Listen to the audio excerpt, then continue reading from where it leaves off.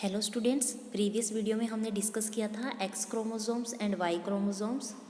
जो हमारी endocrine gland है वो पिट्यूटरी ग्लैंड से हार्मोन्स रिलीज़ करते हैं, जिसकी हेल्प से क्या होता है, हम बॉयज़ एंड गर्ल्स में डिटरमाइन करते हैं सेक्स में। अगर एक्स वाई क्रोमोसोम मिक्सअप होता है तो बॉय बनता है एंड एक्स एक्स से गर्ल्स। आज हम पढ़ेंगे hormones other than sex hormones. अब कुछ और हॉर्मोन्स भी हैं इनके अलावा, चलो देखते हैं। The hormones secreted by the pituitary stimulate testis and ovaries to product their hormones. Pituitary ने क्या किया, टेस्टिस एंड ओवेरीज में क्या किए, हार्मोन्स को सिक्रेट किया। लेकिन कुछ ऐसे भी हैं, और साथ में आपको पता होगा कि पिट्यूटरी ग्लैंड क्या है हमारी, इनको हम क्या बोलते हैं, एंडोक्राइन ग्लैंड, पिट्यूटरी ग्लैंड को। और हमारी बॉडी में सिर्फ पिट्यूटरी ग्लैंड नहीं, और भी बहुत सारी एंडोक्राइन ग्लैंड होती हैं, और ये क्या होती है, हमारे ब्रेन से अटैच्ड होती है। देखो यहाँ पे फिगर 10.5 में पिट्यूटरी ग्लैंड की पोजीशन क्या है, हमारे ब्रेन के पास है। नेक्स्ट देखो, थायराइड ग्लैंड हमारे गले के पास है। एड्रेनल ग्लैंड देखो, जो हमारे किडनी और ये लीवर के पास दिखाई दे रही है येलो कलर में। पैनक्रियाज आपको दिखाई दे रहा है। नेक्स्ट है position of the ovary in the female and testis. But हम यहाँ पे एंडोक्राइन ग्लैंड्स के बारे में पढ़ेंगे। ये एंडोक्राइन ग्लैंड ही हैं, जैसे पिट्यूटरी ग्लैंड भी एंडोक्राइन ग्लैंड है, थायराइड भी, एड्रेनल भी। नेक्स्ट है, apart from the pituitary, the testis and the ovary, there are other endocrine glands in body such as thyroid, pancreas and adrenal. अब इन ग्लैंड्स के फंक्शन देखते हैं। तो यहाँ पे भूजो एंड पहेली की हेल्प से समझते हैं। भूजो पहेली एक बार कहाँ विजिट करते हैं, उनकी आंट के यहाँ करते हैं, जो डॉक्टर हैं। उन्होंने याद किया कि वहाँ पे कोई पेशेंट्स आता है जिसका नाम होता है काका। तो उसका जो थ्रोट होता है वो बिल्कुल सूजा हुआ या स्वेलिंग टाइप में बड़ा सा दिखाई दे रहा होता है। तो वो पूछते हैं कि what is this. They aunt has told them that Kaka was suffering from goitre. Goitre आपको पता है एक डिसीज़ होती है जो किसकी डेफिशिएंसी की वजह से होती है, आयोडीन। तभी कहते हैं ना हमें सोल्ट आयोडीन वाला खाना चाहिए। A disease of thyroid gland. तो Kaka's thyroid gland was not producing the hormone. Thyroid की क्या प्रॉपर्टी होती है, जैसे आपकी पिट्यूटरी ग्लैंड सेक्स हार्मोन्स को रिलीज करती है, ऐसे ही आपकी थायराइड ग्लैंड कौन से हार्मोन को रिलीज करती है, थायरोक्सिन। और जब वो थायरोक्सिन को प्रॉपर अमाउंट में सिक्रीट ना करें तो हमें क्या हो जाती है, गोइटर हो जाती है। नेक्स्ट, साथ में उनकी आंट ने बताया कि जो उनके अंकल है वो डायबिटीज़ से सफ़र कर रहे हैं, मतलब कि उनके अंकल को क्या है, डायबिटीज़। अब डायबिटीज़ क्यों हुई, डायबिटीज़ इसलिए हुई क्योंकि पैनक्रियाज कौन सा हार्मोन यूज़ करता है, सिक्रीट करता है, इंसुलिन। और जब वो भी इंसुलिन को प्रॉपर अमाउंट में या सफिशिएंट क्वांटिटी में सिक्रीट ना करे तो वहाँ पे कौन सी वाली डिसीज़ हो जाती है, हमें डायबिटीज़। देखो हर एक ग्लैंड कुछ ना कुछ हार्मोन सिक्रीट करती है, और जब वो हमारा हार्मोन्स इम्प्रॉपर या सफिशिएंट सिक्रेट नहीं होता तो हमें बहुत टाइप की डिसीज़ेस हो जाती है। जैसे अभी आपने ऊपर देखा, थायराइड थायरोक्सिन करता है, और उसको अगर अच्छे से ना सिक्रेट करे तो वहाँ पे गोइटर होता है। पैनक्रियाज इंसुलिन को ना सिक्रेट करे तो डायबिटीज़ हो जाती है। नेक्स्ट है, यहाँ पे हमने चार्ट में देखा था, फिर उन्होंने चार्ट में देखा कि एक एड्रेनल ग्लैंड भी है। जैसे आपके 10.5 में एड्रेनल ग्लैंड दिखाई दे रही है आपको यहाँ पे किडनीज के पास। तो उन्होंने पूछा कि ये क्या होता है एड्रेनल ग्लैंड। तो एड्रेनल ग्लैंड भी सिक्रीट करती है हार्मोन्स को, जो किस चीज़ को मेंटेन करते हैं, सोल्ट के बैलेंस को। ओके, वो भी ब्लड में। देखो एक तो सोल्ट हमने बताया था कि गोइटर होता है आयोडीन की कमी से, लेकिन ब्लड में भी सोल्ट होता है, उसको बैलेंस कौन रखता है, हमारा adrenal gland. Adrenal also produce the hormone adrenaline. Adrenal कौन सा हार्मोन प्रोड्यूस करता है, adrenaline. It helps the body to adjust to stress, one is very angry, embarrassed और वरी। मतलब कि ये हार्मोन किस चीज़ में हेल्प होता है, जब हम स्ट्रेस में होते हैं या एंग्री होते हैं या चिंतित होते हैं तो क्या करता है, ये वाला हार्मोन्स हमें उस चीज़ से फ्री ऑफ माइंड करता है। क्योंकि अब देखो बहुत सारे बच्चों को टेंशन हो जाती है, या उनके पेरेंट्स हैं, बीपी हाई हो जाता है, लो हो जाता है, तो वहाँ पे क्या होता है, जो उनकी एड्रेनल ग्लैंड है प्रॉपर अमाउंट में एड्रेनालाइन हार्मोन सिक्रेट नहीं करती, जिसकी वजह से वो ज़्यादा स्ट्रेस ले पाते हैं, उसको ओवरकम नहीं कर पाते, एंड उससे फिर फर्दर सारे के सारे हमारी एंडोक्राइन ग्लैंड्स है इम्बैलेंस होने की वजह से हमारा बॉडी का सारा सिस्टम ख़राब हो जाता है, जिससे हमें बहुत सारी डिसीज़ लग जाती हैं। Thyroid and adrenal secrete their hormones when they receive order from the pituitary gland. But वो कब सिक्रीट करते हैं हार्मोन्स, जब उनको पिट्यूटरी ग्लैंड से ऑर्डर मिलता है। मतलब कि पिट्यूटरी ग्लैंड एक ही सेक्स हार्मोन की बजाय और भी हार्मोन सिक्रेट करती है। पिट्यूटरी और क्या क्या सिक्रेट करती है? आल्सो सिक्रेट ग्रोथ हार्मोन्स भी सिक्रेट करती है, जिसकी वजह से हम बड़े होते हैं। और आप ये बात ध्यान में रखना कि सभी चीज़ों के लिए आपको पता है हार्मोन्स को भी एनर्जी चाहिए होती है। हार्मोन्स में एनर्जी ब्लड के थ्रू जाती है, ग्लैंड्स में ब्लड के थ्रू जाती है। ये हमने पहले ही पढ़ लिया था। Role of hormones in completing the life history of insects and frogs. अब हमने role of hormones in human beings पढ़ा था। अब देखते हैं कि हार्मोन्स का इंसेक्ट की लाइफ को कैसे कंप्लीट करने में वो हेल्पफुल है। तो हमने 7th 8th में पढ़ा, 6th से पढ़ते आ रहे हैं हम। सिल्क मोथ एंड फ्रॉग की हमने लाइफ हिस्ट्री देखी थी कि वो कैटरपिलर बनते हैं, लार्वा बनते हैं, मोथ बनते हैं, एडल्ट मोथ बन के फिर जाके वो सिल्क मोथ बन जाते हैं। तो यहाँ पे ये स्टेजेस हैं। सिमिलरली हमने टैडपोल का भी देखा था कि उसको एडल्ट फ्रॉग बनने के लिए टैडपोल की शेप क्या क्या थी, डिफरेंट थी। तो यहाँ पे this changes from larva to adult is called metamorphosis. जो हमारा सिल्क मोथ होता है वो चेंज होता है तो उसको हम बोलते हैं मेटामॉर्फोसिस। मेटामॉर्फोसिस किस चीज़ में होता है? इंसेक्ट में। और कैसे कंट्रोल होता है? इंसेक्ट हार्मोन्स उनके अंदर कौन सा होता है? बाय जो इंसेक्ट के हार्मोन्स होते हैं। तो जहाँ पे इंसेक्ट हार्मोन्स की प्रोसेस आएगी वहाँ पे हम क्या बोलेंगे कि उनके अंदर मेटामॉर्फोसिस हो रहा है। फ्रॉग के अंदर ये किससे कंट्रोल होता है? थायरोक्सिन। ये थायरोक्सिन तो आपको पता है थायराइड से प्रोड्यूस होता है। थायरोक्सिन प्रोडक्शन रिक्वायर द, तो थायरोक्सिन थायराइड, देखो यहाँ थायराइड कैसे याद रखोगे? देखो थायराइड जैसे ह्यूमन बीइंग में थायराइड थायरोक्सिन हार्मोन को सिक्रेट करता है, और अगर नहीं प्रॉपर सिक्रेट करता है क्योंकि वहाँ पे हमें आयोडीन की कमी हो जाती है, मतलब कि सोल्ट। तो यहाँ पे भी टैडपोल को या आपके फ्रॉग को ग्रोथ करने के लिए आयोडीन चाहिए होगा। तो आयोडीन तो वाटर में प्रेजेंट होता है। आप देखोगे कि जो हमारा ग्राउंड वाटर है, अगर आप उसको एक जार में गर्म करोगे तो थोड़े थोड़े क्या होता है, धब्बे से पड़ जाते हैं बर्तन के ऊपर। तो वो क्या होता है, मतलब कि इसके अंदर सोल्ट और कुछ अलग मिनरल्स प्रेजेंट होते हैं। If the water in which the tadpoles are growing does not contain sufficient, अगर किसी वाटर में सफिशिएंट अमाउंट में आयोडीन प्रेजेंट नहीं है तो वहाँ पे आपके जो टैडपोल्स होते हैं वो एडल्ट नहीं बन पाते, क्योंकि यहाँ पे मेन प्रोसेस ग्रोथ करने की थायरोक्सिन हार्मोन का होना ज़रूरी है। और वो थायराइड कब प्रोड्यूस करेगा? जब उसको प्रॉपर अमाउंट में आयोडीन मिलेगा। अगर किसी वाटर में प्रॉपर अमाउंट में आयोडीन नहीं है तो वहाँ पे जो फ्रॉग है वो एडल्ट नहीं बन पाएंगे।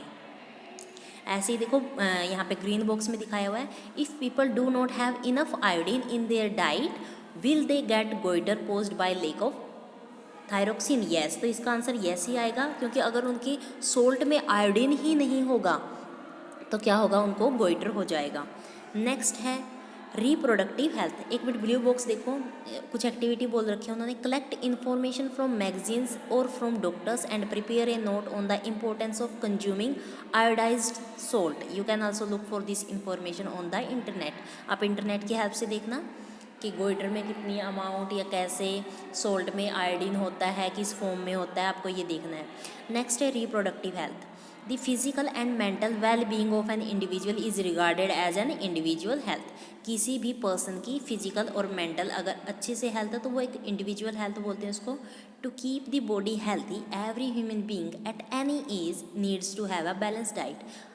बैलेंस डाइट की ज़रूरत होती है हर ह्यूमन बींग्स को, चाहे वो किसी भी एज में हो, और वो भी प्रॉपर बैलेंस डाइट होनी चाहिए। मतलब कि उसकी बैलेंस डाइट में important minerals, vitamins, calcium, potassium, सभी जो भी बैलेंस डाइट के कंपोनेंट होते हैं वो प्रेजेंट होने चाहिए।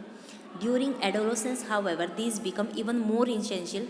ये एडोलेसेंस में ज़्यादा इसेंशियल क्यों है? क्योंकि इस टाइम हमारी बॉडी साथ में ग्रो कर रही होती है, और जब कोई चीज़ ग्रो कर रही होती है तो हमें एक्सेस, मतलब कि थोड़ी ज़्यादा अमाउंट में ये हमें कंपोनेंट्स चाहिए होते हैं। नेक्स्ट है nutritional needs of the adolescents. अब एडोलेसेंट्स की एज में कौन कौन से न्यूट्रिशंस मेन्स है? एडोलेसेंस में जो रैपिड ग्रोथ और डेवलपमेंट होती है तो वहाँ पे एक प्रॉपर डाइट होनी ज़रूरी है। बैलेंस डाइट भी है, हमने पिछली क्लासों में पढ़ा था बैलेंस डाइट में क्या क्या होना चाहिए। फाइबर होना चाहिए जो हमें रोटी से, राइस से मिल जाता है। प्रोटीन्स होना चाहिए जो हमें दाल से मिलता है। कैल्शियम प्रॉपर जो मिल्क में होता है। तो अब देखते हैं कि बैलेंस डाइट का मतलब क्या होता है, मील्स में क्या क्या इंक्लूड होना चाहिए। देखो यहाँ पे दिया हुआ है protein, carbohydrates, fats and vitamin in requisite proportion, मतलब कि एक प्रोपोर्शन में होना चाहिए। ये नहीं कि आप ऐसा फूड कंज्यूम कर रहे हो जिसके अंदर कार्बोहाइड्रेट ही कार्बोहाइड्रेट है और आपको विटामिन्स नहीं मिल रहे, ठीक है। तो यहाँ पे उन्होंने बताया है कि जो दाल होती हैं, वेजिटेबल्स होती हैं, रोटी राइस होता है, वो एक हमारा बैलेंस मील होता है। मिल्क एक अपने आप प्रॉपर बैलेंस होता है, क्योंकि देखो 6th मंथ का बेबी, हम बोलते हैं 6 महीने के बच्चे को हम दूध ही पिलाते हैं, तो वो सिर्फ दूध के सहारे ही 6 महीने रहता है, तो मतलब कि वो एक प्रॉपर फूड है, उसको उस दूध से ही सभी कुछ न्यूट्रिशंस मिल रही हैं। Fruits also provide nourishment for infant, mother's milk provide all the nourishment that they need. Next है आयरन का रोल देखते हैं।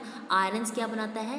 ब्लड बनाता है। एंड आयरन रिच फूड के अंदर क्या आता है? Leafy vegetable, jaggery, meat, citrus, Indian gooseberry, मतलब कि आंवला फॉर गुड फॉर एडोलेसेंट्स।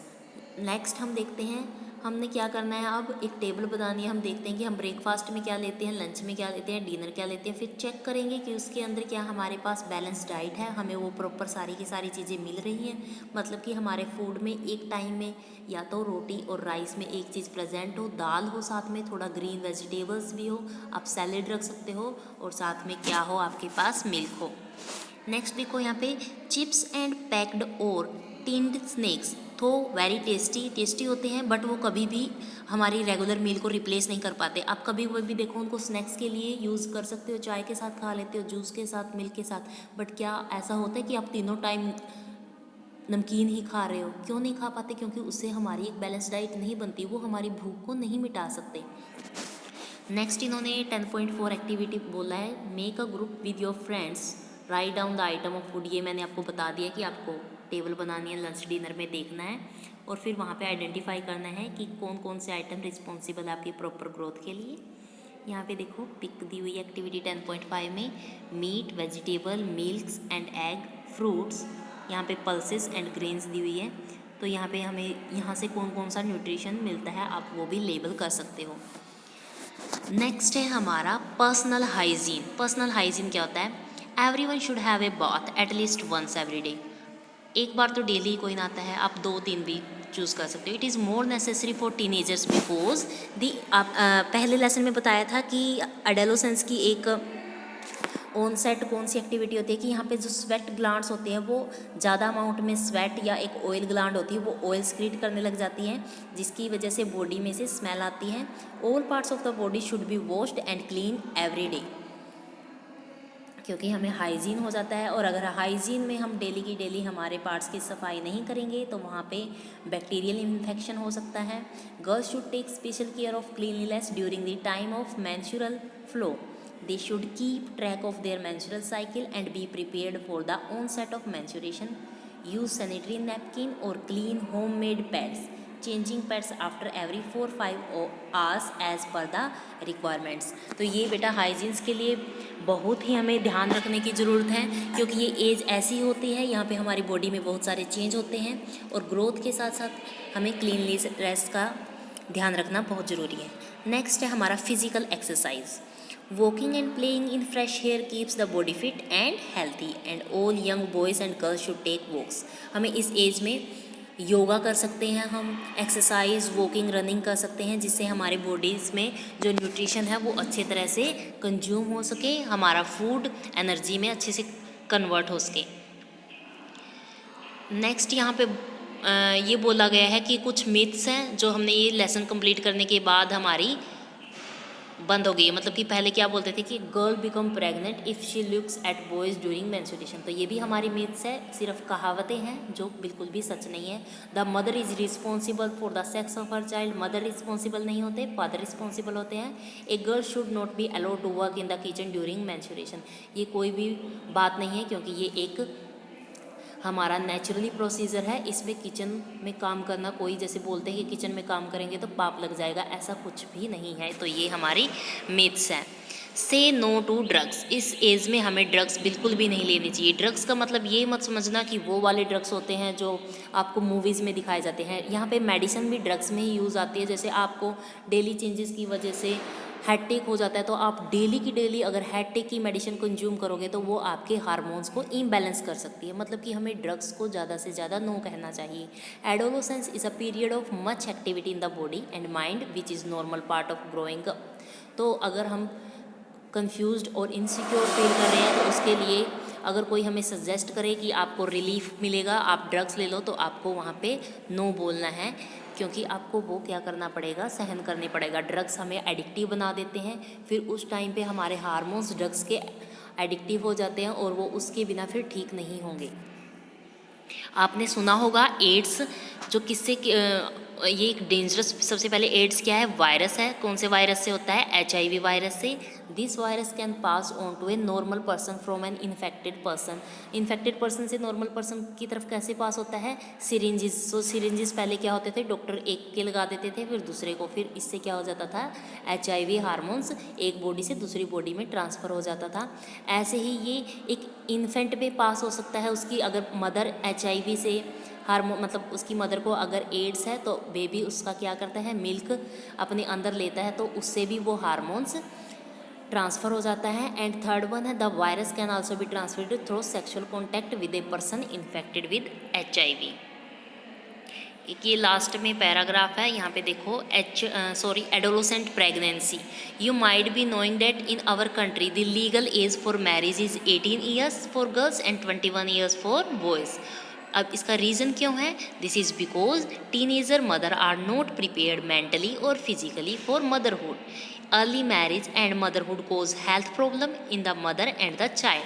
अगर वहाँ पे हमारा फिजिकल एंड मेंटली हम प्रिपेयर नहीं हैं, और अगर कोई भी 18 साल की लड़की प्रेग्नेंट होती है तो ये बच्चे और माता के लिए प्रॉब्लम्स क्रिएट करता है, वो संभाल नहीं पाती, उसके भी फिजिकल्स बॉडी पे क्या पड़ता है, इफेक्ट पड़ता है। It also curtails employment opportunity, इससे अनएम्प्लॉयमेंट भी हो जाती है यंग वुमेन्स के लिए, and may cause mental agony as she is not ready for responsibility of motherhood. इसी के साथ आपका लेसन कंप्लीट होता है।